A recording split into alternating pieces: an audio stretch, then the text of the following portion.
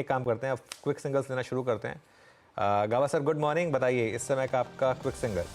Good morning. Quick single है Colgate. Yes, Colgate 2563 पर trade कर रहा है। मेरे ख्याल से आपको मिलना चाहिए, ब्रेकआउट मिला है 2600, ये टारगेट है, मेरे ख्याल से वहां तक जाना चाहिए। स्टॉप होगा 2544 कोलगेट। कोलगेट, ये हो गई गाबा सर की पिक। चलिए सचिन, आपका क्विक सिंगल। अनुज जी, यहाँ पर डिफेंसिव पे ध्यान देना है, स्पेशली एफएमसीजी स्पेस में। मुझे लग रहा है यहाँ पर ब्रिटानिया में एक अच्छा ब्रेकआउट हो सकता है, जिस तरीके से 5200 के ऊपर की एक चाल बन रही है। आरएसआई में एक ऑलरेडी ब्रेकआउट एस्टैब्लिश हुआ है डेली चार्ट पे, बट क्लस्टर ऑफ रेजिस्टेंस है 5240 के आसपास के। अगर ये पार हो जाते हैं तो लगभग 5340 के पहले कोई मेजर हर्डल नहीं है, तो यहाँ पर एक ब्रेकआउट एंटिसिपेट करना है ब्रिटानिया के फ्यूचर्स में। स्टॉप लॉस आपको लगभग अराउंड 5195 पे लगाना है। इंट्राडे का पहला टारगेट होगा अराउंड 5280 का, बट पोजिशनली मुझे लग रहा है 5140 तक एक 5340 तक एक अच्छी चाल बन सकती है। खरीदारी करनी है ब्रिटानिया के फ्यूचर्स में। ओके, ब्रिटानिया आपने ले लिया। एक इंसान इस कॉल से खुश नहीं होगा, वो है राजेश सतपुते जी। राजेश जी, आपका stock I mean favourite stock Britannia pick कर लिया सचिन जी ने। खैर आपको कॉल भी देनी है, बताइए क्या कॉल रहेगा आपका। कोई बात नहीं वीरेंद्र जी, कवर तो हो गया। वीरेंद्र जी देखिए, एक कॉन्ट्रा कॉल लूंगा आज मैं। It will be a buy on Asian paint. अगर आप इसे चार्ट देखें तो इससे डाइवर्जेंस, पॉजिटिव डाइवर्जेंस की बात कर रहा हूं मैं, और मुझे लगता है यहाँ पे एक रिलीफ रैली मिलेगी। 2960 के आसपास चल रहा है, बाय करे छोटे स्टॉप लॉस के साथ। 2940 का स्टॉप लॉस रखे, और सामने जो रिलीफ रैली होनी चाहिए वो रहेगी 3020 तक। 3020 तक ये रैली जा सकती है, यानी करीब करीब 40-50-60 रुपये का स्विंग आपको मिल सकता है। मानस गुड मॉर्निंग, आपका trade. Good morning Virendra ji. तो देखिए, एक बिकवाली करने का ट्रेड है। फेडरल बैंक पे बिकवाली करनी है। स्टॉक ने रिकवरी दिखाई थी, लेकिन ये 20 डे और 50 डे मूविंग एवरेज के ऊपर सस्टेन नहीं हो पाया। आज इंटरडे चार्ट पे एक प्राइस ब्रेकडाउन है, तो आप उम्मीद कर सकते हैं कि करेक्शन बढ़ सकता है। वापस हमें 140 तक के भाव फेडरल बैंक में देखने को मिल सकते हैं। तो बिकवाली करने का ट्रेड लेना है। 146.50 आपके स्टॉप लॉसेस रहेंगे, ये कैश लेवल्स हैं। अगर ऑप्शन में ट्रेड लेना हो तो 145 वाला पुट ऑप्शन ₹3.75 पे ट्रेड हो रहा है। वहां पर ₹2.90 के स्टॉप लॉस से आप खरीदारी करने का ट्रेड ले सकते हैं, और इस ऑप्शन में ₹6 के टारगेट सेट कर सकते हैं। ओके, फेडरल बैंक का। चलिए आशीष भाई जी, आपने क्या पिक किया क्विक सिंगल्स में। जी, जाइडस लाइफ साइंसेज पे खरीदारी की सलाह रहेगी। चार्ट सेटअप काफी अच्छा बना हुआ है, सेक्टर टेलविंड भी काफी इंप्रेसिव लग रहा है। 760 का स्टॉप लॉस लगाकर इसमें खरीदारी की सलाह है। 780 एंड 788 के टारगेट्स के लिए। चलिए जायडस। मीनवाइल यूपीएल रिविजिट करते हैं अब एक बार। अब वापस यूपीएल जा रहा है डेलो की तरफ। ओके, चलिए कविता जी की ट्रेड ले लेते हैं, उसके बाद यूपीएल रिविजिट करेंगे। कविता जी बताइए आपका ट्रेड। सो हिंद पेट्रो पर होगा मेरा ट्रेड। 520 के प्राइस टारगेट के लिए आप हिंद पेट्रो पर एक बाय ट्रेड इनिशिएट करें। स्टॉप लॉस मेंटेन करना चाहिए 486 का। ओके, चलिए हिंद पेट्रो यहाँ पर आ गया बाय। औरोबिंदो फार्मा में आज सुबह एक नेगेटिव न्यूज़ थी। 4% का रिएक्शन यहाँ पर इस समय स्टॉक में आपको दिखाई देगा। और जैसा मैं कह रहा हूँ, टॉप लूज़र अभी के लिए तो बना हुआ है यूपीएल। मयूरेश, अब क्या करें यहाँ पर, एक लीप ऑफ फेथ लें या फिर अभी अवॉइड करें इसको कम्प्लीटली। नहीं, थोड़ा अवॉइड करना चाहिए अनुज जी। आई थिंक दो चीजें। एक, आई थिंक जो agrochemical as a space generally I think soft number जो पेश किए हैं, डिमांड रिकवरी के संकेत जो आ रहे हैं, जो बाकी के भी एग्रोकेमिकल कंपनीज का कॉल में सुन रहा था, थोड़ी एक डिलेड रिएक्शन सी हो सकती है, और इसलिए शायद अगली तिमाही भी थोड़ी सॉफ्ट रह सके।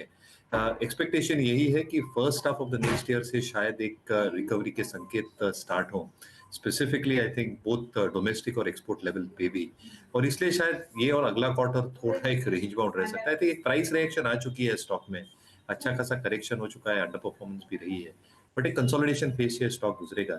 शायद अगले क्वार्टर के बाद एक अच्छे बाइंग अपॉर्चुनिटी से स्टॉक में आ सकता है।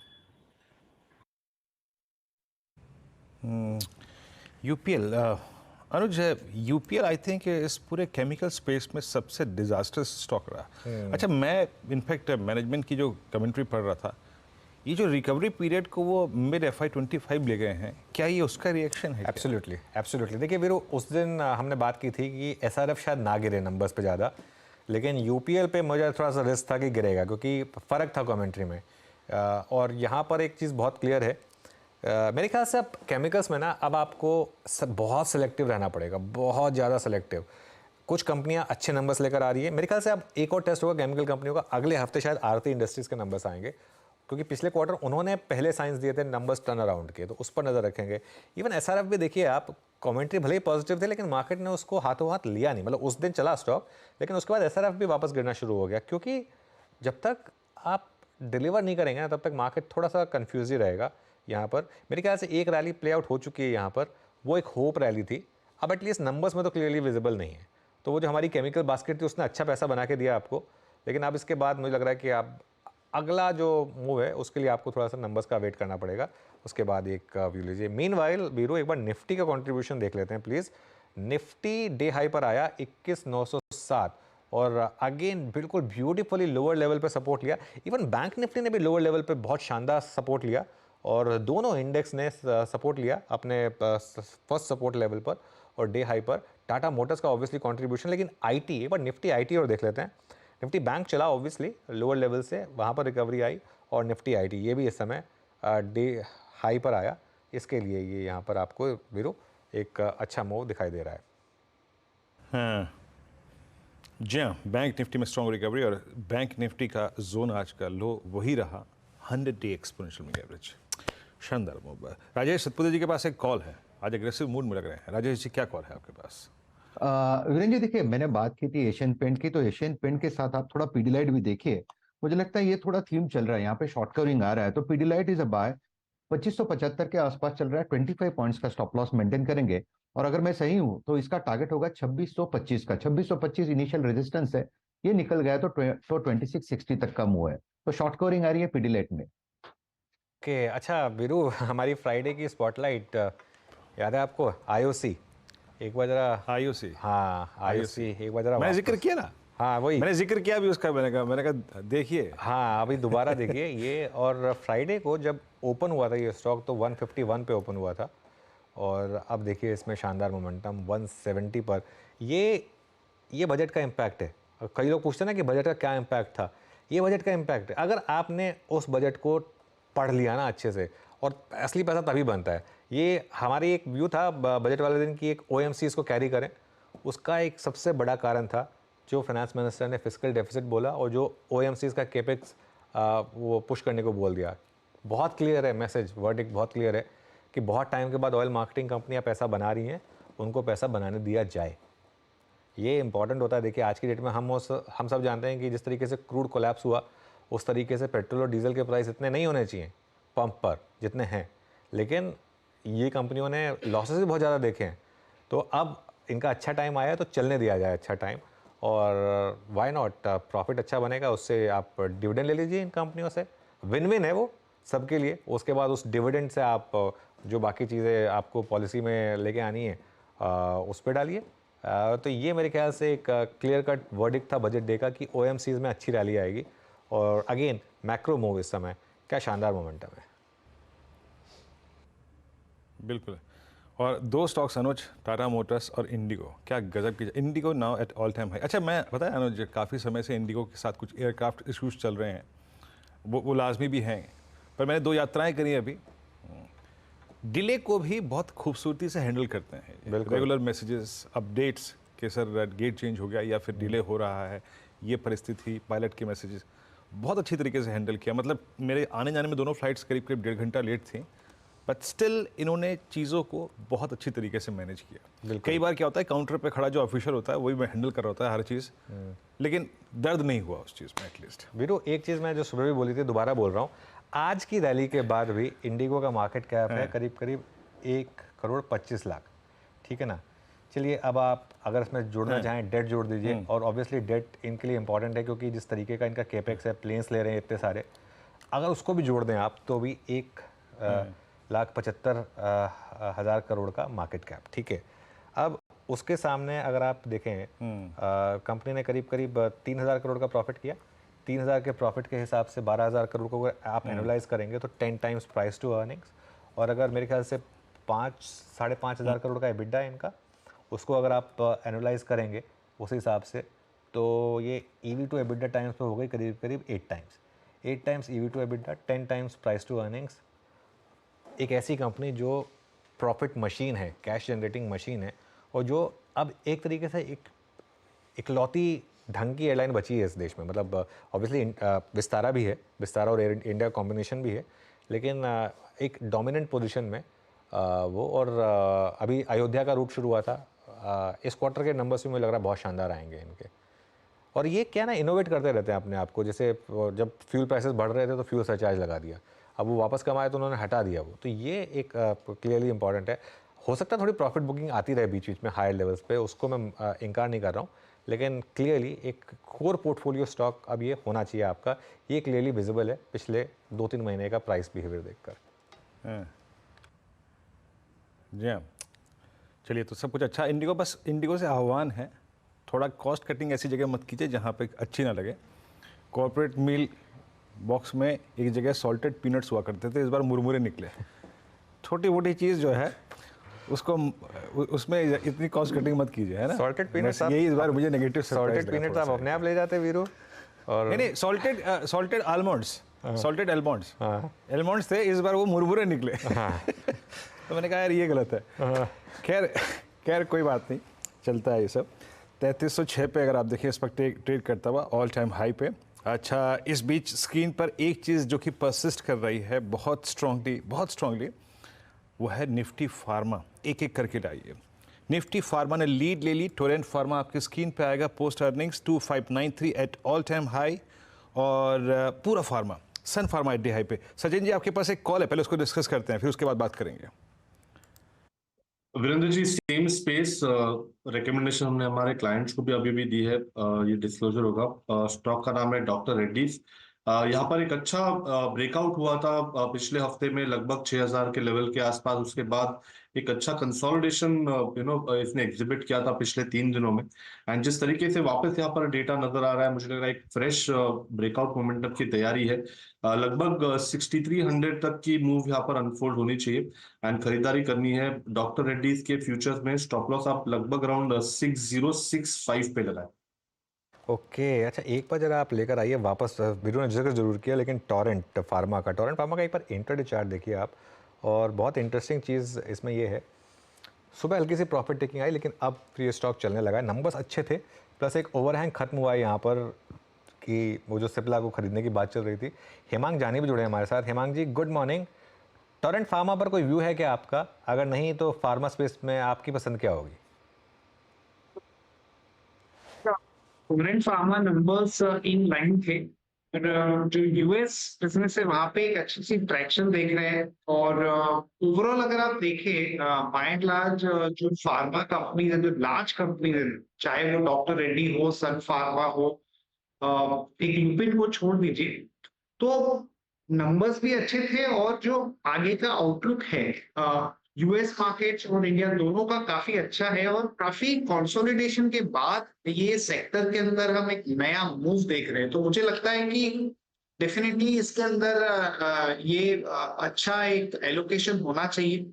और आगे चल के भी मुझे लगता है कि एक अच्छी ग्रोथ विजिबिलिटी बनी रहेगी। टोरेंट फार्मा में तो पोस्ट है ही, बट हाई कन्विक्शन में जो इन्वेस्टमेंट के पर्सपेक्टिव से आप देखते हैं उसमें 2 नाम है। एक है सन फार्मा और दूसरा है डॉक्टर रेड्डी। ये दोनों में हमारा काफी पॉजिटिव है। सन फार्मा 1446। एक बार एक काम करते हैं, पैनल से स्कैनिंग करा लेते हैं। मानस, आपकी स्कैनिंग में कोई फार्मा स्टॉक आया है क्या जिसको आप चेस करना चाहें? निफ्टी फार्मा डी हाई पर आके ट्रेड करता हुआ, ल्यूपिन डी हाई पर। बिल्कुल, तो देखिए बहुत सारे फार्मा स्टॉक चार्ट्स पे इस टाइम अच्छे लग रहे हैं, लेकिन इस टाइम मेरा ध्यान जाइडस लाइफ पे है, जहां पर 4 दिनों के कंसोलिडेशन के बाद जाइडस ने आज एक फ्रेश ब्रेकआउट दिया है चार्ट्स पे। तो करंट लेवल्स पे यहाँ पर खरीदारी करनी चाहिए। 760 के स्टॉप लॉस से खरीदारी करिए। 790 से 795 तक के स्तर आपको देखने को मिल सकते हैं। ओके, चलिए आप एक बार इंडिगो वापस देखते हैं, क्योंकि मेरे ख्याल से अब ये कोशिश कर रहा है अपना वापस इंट्राडे हाई क्रॉस करने के लिए, जो 3300 था। और अगर वो हुआ तो मेरे ख्याल से फिर second level of buying possible है यहाँ पर। अच्छा मोमेंटम इस समय स्टॉक में आपको दिखाई देगा। लेकिन 1-2 स्टॉक्स और देखते हैं। एक बार बंधन बैंक लेकर आइए। आज बैंकों में थोड़ा प्रेशर है, बंधन बैंक इस समय करीब करीब डे लो पर, और ये इनफैक्ट इसका एक बार 52 वीक हाई और लो की प्लेट दिखा दीजिए ज़रा मुझे, वो थोड़ी ज़रूरी है इस समय देखना। 52 वीक हाई लो यहाँ पर मेरे ख्याल से हम काफ़ी करीब हैं 52 वीक लो के बंधन बैंक में। दो ही स्टॉक्स हैं जो सबसे ज़्यादा क्लोज हैं 52 वीक लो के, बंधन और HDFC बैंक। दूसरी तरफ आप एक बार लेकर आइए सन फार्मा। फार्मा में अच्छा मोमेंटम आ रहा है, सन फार्मा अब डे हाई पर, यहाँ पर मोमेंटम अच्छा। सिप्ला डे हाई पर आया। तो ये दो स्टॉक्स, और एक स्टॉक जो जिस पर मेरी थोड़ी सी सरसरी नज़र गई थी, इंडियन होटल्स। एक बार इंडियन होटल्स लेकर आइए, अभी भी फ्राइडे के हाई से नीचे है, लेकिन इंडियन होटल्स में एक फ्रेश मूव की शुरुआत यहाँ पर दिखाई दे रही है शायद। हिमांग, ट्रैवल टूरिज्म वाले stocks, Indian hotels, GMR, Indigo, यहाँ पर अब क्या व्यू लेके चले? देखिए अनुज, एक बहुत बड़ी थीम के तौर पे उभर के आया है, और not only post Covid but उसके बाद भी अगर आप देखें तो लगातार उसके जो डेटा है, चाहे वो क्वार्टरली नंबर्स हो, चाहे वो ऑक्यूपेंसी रेट्स हो, टैरिफ रिवीजन हो, ये सारी चीजों में एक अच्छा सा मोमेंटम और ट्रैक्शन देखने को मिल रहा है। मुझे लगता है कि ये स्टॉक्स भले थोड़े ऊपर गए हैं, पर यहाँ से भी एक अच्छा सा अपसाइड पोटेंशियल देख रहे हैं। इंडियन होटल्स और लेमन ट्री, ये दोनों में डेफिनेटली मुझे एक अच्छा ट्रैक्शन देखने को मिल रहा है।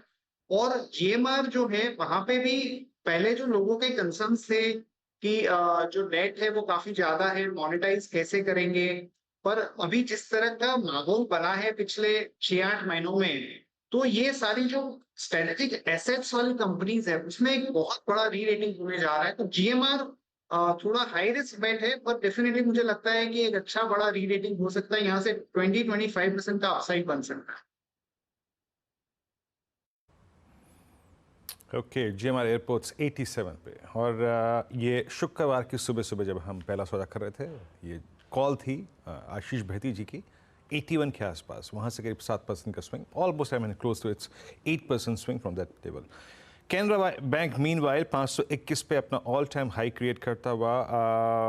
आशीष बहती जी, कैनरा बैंक 521.30। बैंक निफ्टी चाहे कुछ भी करे, चाहे निफ्टी PSU बैंक इंडेक्स कुछ करे, लेकिन ये स्टॉक पिछले लगभग साल भर से, 2 साल से कुछ अलग ही आई थिंक जुनून सवार है इस पर। 521 अभी क्या प्राइस व्यू आपका? जी वीरेंद्र जी, पूरा PSU में सिर्फ SBI छोड़ के आई थिंक बाकी सब में अच्छा मोमेंटम बना हुआ। Bank of Baroda, can bank में तो बहुत स्ट्रॉन्ग सेटअप चार्ट का बना हुआ है कंटिन्यूसली, और जिस हिसाब से अभी भी इन लेवल्स पे भी कैन बैंक में बाइंग इंटरेस्ट बरकरार है, वो काफी इंप्रेसिव लग रहा है। मुझे लग रहा है ये यहाँ से वेल प्लेस्ड है 540 तक के लेवल्स दिखाने के लिए। तो खरीदारी की सलाह रहेगी इन लेवल्स पे भी। जो स्टॉप लॉस में मेंटेन करना है वो 510 का एक SL मेंटेन करे, एंड 540 के टारगेट्स के लिए इसमें पोजीशन बनाई जा सकती है। ओके, 540 तक का स्विंग पॉसिबल है। प्लीज़ जो मेंशन स्टॉप लॉसेस हैं उस पर थोड़ा सा गौर करिएगा। मेरे को एक स्टॉक में एक और ब्रेकआउट नज़र आ रहा है, और वो है TVS मोटर्स। मानस, इस स्टॉक की यही खासियत रही है, ये एक जिसे कहते हैं ना रिक्वायर्ड कंसोलिडेशन का जोन अपने आप आइडेंटिफाई कर लेता है। इस बार इसका कंसोलिडेशन हुआ 50 डिमा के ऊपर। अब फिर से इसने उस रिक्वायर्ड स्ट्रेंथ को रिकलेक्ट किया है। मुझे लग रहा है कि शायद ये वो जैन सेकेंड वीक का जो स्विंग हाई है उसको काटने की तैयारी करता है। मानस, आपको लगता है कि इसे एक बार ट्रेड के लिहाज से कंसिडर करना चाहिए? बिल्कुल, आप उम्मीद कर सकते हैं कि इस बार वो जो पिछला हाई 2100 का था, स्टॉक उसको ब्रीच करेगा, क्योंकि स्टॉक करेक्ट हुआ था, 50 डे मूविंग एवरेज पे सपोर्ट लिया, 20 डे मूविंग एवरेज को रीगेन करके आज एक प्राइस ब्रेकआउट दिया है। तो आप मेरे हिसाब से तो बेहतर रहेगा कि आप TVS मोटर्स के 2100 के कॉल ऑप्शन में एक ट्रेड ले लें, जहां पर 2100 का जो कॉल ऑप्शन है TVS मोटर्स का, उसका प्राइस 49 रुपीज के आसपास चल रहा है। तो वहां पर आप खरीदारी कर सकते हैं। करंट लेवल्स पे खरीदारी करिए 34 रुपीज के स्टॉप लॉस से। 80 से 90 रुपए तक के भाव आपको इस ऑप्शन में भी देखने को मिल सकते हैं। मीनवाइल IOC एक बार फिर लेकर आइए। इनफैक्ट IOC की तो खैर बात करेंगे ही, लेकिन एक बार निफ्टी CPSE इंडेक्स एक बार वापस देख लेते हैं। CPSE ETF PSE इंडेक्स, हाँ निफ्टी CPSE देखिए अब 1.5% ऊपर 5733 पर ये इंडेक्स। इसका चार्ट लेकर आइए आप एक जरा, 3 महीने का, सिर्फ 3 महीने का, उससे ज़्यादा की ज़रूरत नहीं है। निफ्टी CPSE इंडेक्स की इसकी बात की थी हमने 3 महीने पहले, एक edge momentum investing with stop loss. Veeru, एक कॉन्सेप्ट है कि कैसे आप मोमेंटम इन्वेस्टिंग में पार्टिसिपेट कर सकते हैं विद द स्टॉप लॉस। जब भी आप एक मोमेंटम वाला इंडेक्स पकड़ लें, उसमें एंट्री कर लें, और टफ होता है थोड़ा मोमेंटम में घुसना, लेकिन उसके बाद उसमें 5-6% का एक स्टॉप लॉस लगा दें, उसके बाद बस फिर वो आपके फेवर में रहने वाला है। वो देखिए 3 महीने में कितने शानदार मूव दिए इसने इंडेक्स लेवल पे। आप सोचिए स्टॉक स्पेसिफिक तो बहुत अच्छे मूव मिले होंगे, इंडेक्स लेवल पे 3 महीने में करीब करीब 50% के रिटर्न्स आए हैं यहाँ पर। बिल्कुल वाकई सी पे सी जब आपकी स्क्रीन पे आज भी अगर आप देखें ज़ोरदार मूव। इस कॉन्सेप्ट पे थोड़ा सा ध्यान दीजिएगा। कभी कभार डिस्कस फिर क्या करेंगे इस बीच निफ्टी अपनी डे हाई की ट्रैजेक्टरी को। मीनवाइल इंपॉर्टेंट होगा 21,922 वो जोन को कैसे बाइसेक्ट करता है। बहरहाल 45,837 पर बैंक निफ्टी फुल एफर्ट्स करता हुआ अब एफर्ट्स पूरे कर रहा है बैंक निफ्टी अपनी डाउनसाइड को रिस्ट्रिक्ट करने में। लेट्स चेक HDFC बैंक क्या कर रहा है। और HDFC बैंक इट्स 1437 कैंडल को देखें तो अभी भी कोई कॉन्फिडेंस नहीं है। अभी भी कोई अगर आप देखें इंट्राडे में भी रिवर्सल के चांसेस नहीं लग रहे हैं। राजेश जी का क्या